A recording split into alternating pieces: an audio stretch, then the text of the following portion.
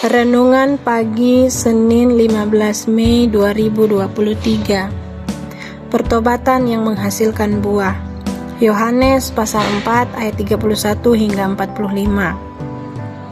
Berbicara mengenai pertobatan berarti membicarakan titik balik, siap mengubah kehidupan untuk menjadi lebih baik, dan tentunya lebih bermanfaat, lebih berdampak bagi setiap orang yang ada di sekeliling, secara khusus diri sendiri maupun keluarga.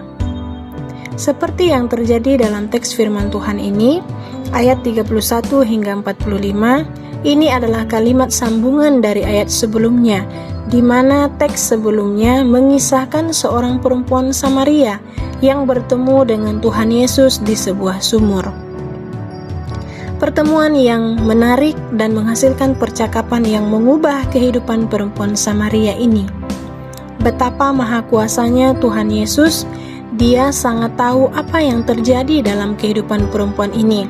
Dan sangat menarik juga, perempuan ini mendengarkan dengan baik dan dia terbuka dan jujur mengatakan segala hal yang terjadi dalam kehidupannya tanpa ada kebohongan dan bantahan kepada Tuhan Yesus. Tuhan yang penuh kasih telah menyelamatkannya dari kehidupan yang berdosa, dan perempuan ini pulang kembali ke rumahnya dengan membawa kehidupan yang baru. Dan dia mengusahakan dalam perjuangan, ia bersaksi dan menjadi jalan keselamatan bagi orang yang ada di sekelilingnya, hingga banyak juga orang yang bertobat melalui hidupnya. Teks selanjutnya mengisahkan perjalanan Tuhan Yesus bersama dengan muridnya dalam perjalanan mereka kembali ke Galilea. Dan Tuhan Yesus kembali meneguhkan dan menguatkan mereka mengenai maksud dan tujuan perjalanan pelayanan mereka, bahwasanya Injil harus tersampaikan dan harus mempergunakan waktu yang ada sebaik mungkin, sebab banyak jiwa yang harus terselamatkan, namun sedikit orang yang mau melakukannya. Yesus menegaskan ini kepada murid-muridnya mengenai hal tersebut, sebab Tuhan Yesus tahu betapa pentingnya jiwa-jiwa yang belum terselamatkan, dan Tuhan Yesus juga ingin murid-muridnya semakin teguh melakukan amanat agung. Kita juga bisa melakukan hal yang sama seperti murid-murid Tuhan Yesus, yaitu menjadi pemberita Injil di tengah-tengah kehidupan kita hari lepas hari.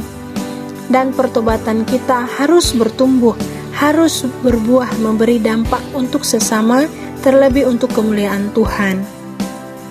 Ada 3 hal yang dapat kita lakukan, yaitu yang pertama, memperkatakan firman Tuhan.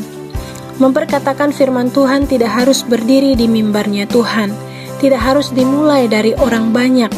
Sesederhana mungkin kita membawa diri kita untuk melakukan serta kebergantungan kita kepada Tuhan Yesus untuk memberikan segala sesuatu yang kita lakukan demi kemuliaan-Nya. Kebenaran firman Tuhan akan tersampaikan ketika apa yang kita katakan sesuai dengan perilaku kita. Percayalah, kesederhanaan dan kebenaran yang kita lakukan akan sangat berdampak bagi mereka yang haus dan benar-benar ingin dipulihkan oleh Tuhan. Yang kedua, bersaksi akan kebaikan Tuhan.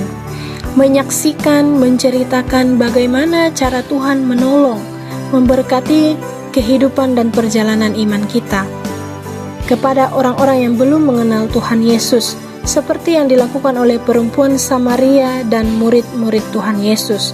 Mereka bersemangat dan mempergunakan kesempatan dengan maksimal, serta kekuatan dan pengharapan berasal dari Tuhan Yesus yang tidak pernah meninggalkan perjuangan serta usaha mereka.